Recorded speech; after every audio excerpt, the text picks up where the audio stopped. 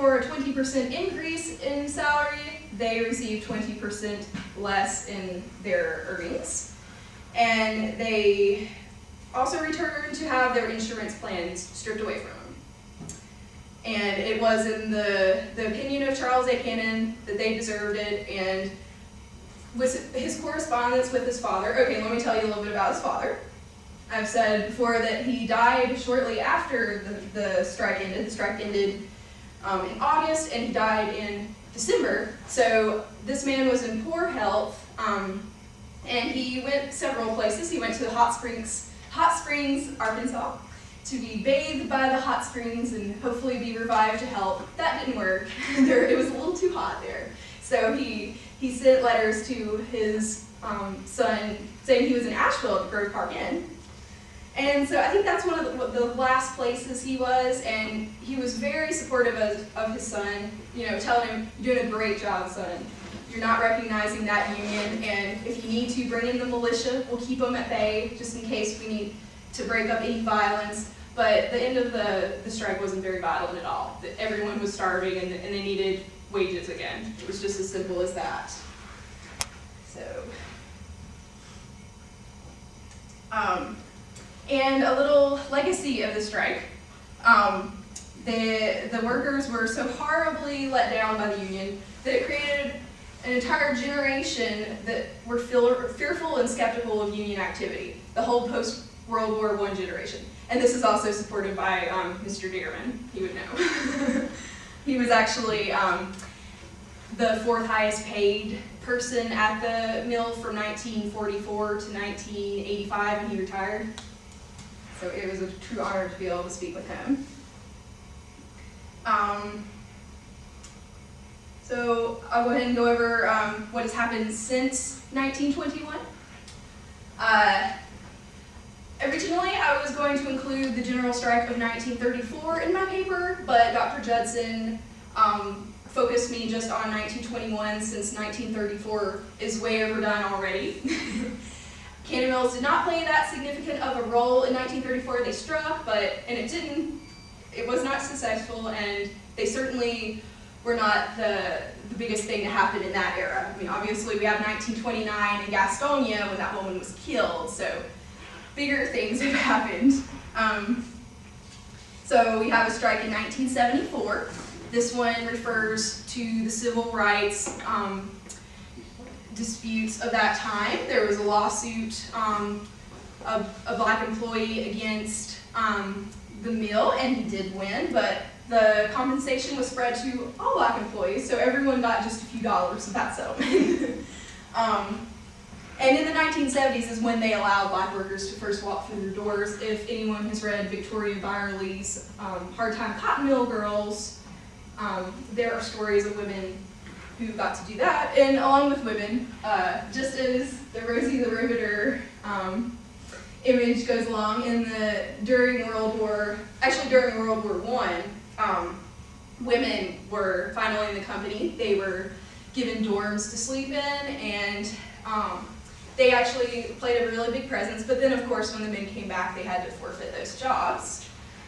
Okay, like I said, in 1984 my father was part of organizing there, and then there were also unionization attempts, not strikes but unionization attempts for the most part, in 1991, 1997, and then in 1999. So in 1999, Cannon Mills finally unionized. Charles Cannon had died in 1971.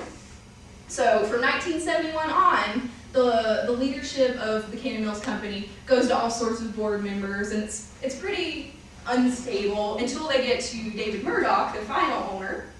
Like I said, he was absentee owner, and he ran the place to the ground. And 2003, layoff. 2005 was the implosion of the building, getting rid of an entire era of great North Carolina labor.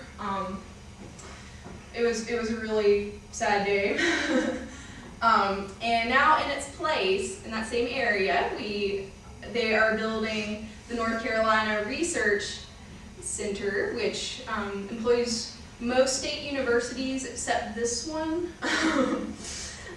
Chapel Hill for further research, I think in the biotechnology field. So he turned something quite awful into hope for the new generations. But as I was speaking with Dr. Judson yesterday about it, and she made the point, well, but that still leaves the town with no source of income. That's great, but where does that leave them? And it really, with this pseudo recession or recession that we're about to go in right now, you can see that the effects are still very rampant. And I'll stop there. Thank you very much. You have time for a question or two?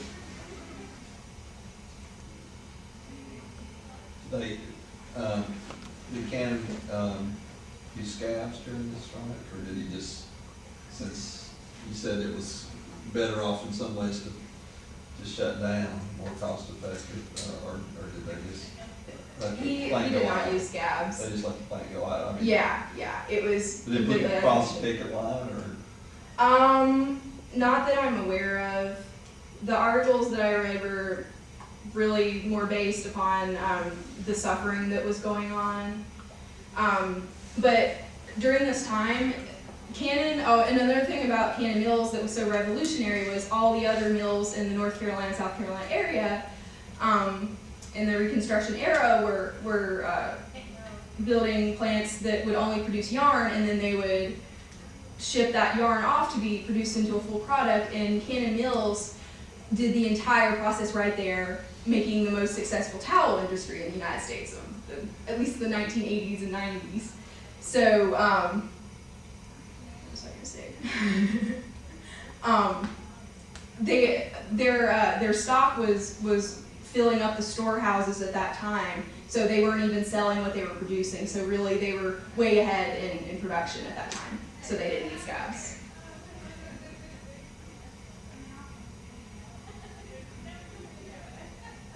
Really, nothing, Dr. Brady? He got it all out on music. I'm thinking here. How much did the personality of Cannon matter to A lot. And you with the bring up a workers? very good point that I didn't. He had a paternal ethos.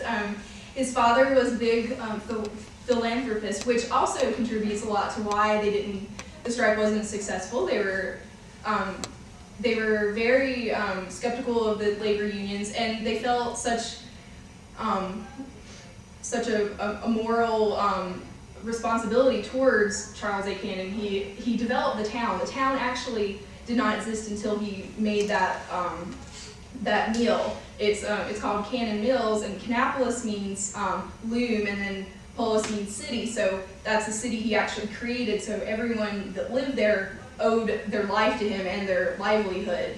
He created a tremendous job opportunity and prosperity for all these people of Kannapolis. So in a way, he was pretty much in control of all of the affairs that went on in Kannapolis. He even served as mayor for certain periods of time that I'm not quite sure of. And he had a lot of control. Canna is moving what language? Actually, it's Greek. Great. Yeah. Okay. And he was a Baptist. I'm not sure of that. I hope Is he that an important factor? Yes. Well, it was actually. Yeah, I mean, he had housing for his employees, and you better believe that there was some moral order placed upon those houses. Yeah. Yeah. Well, thank you Big very better much. Thank you.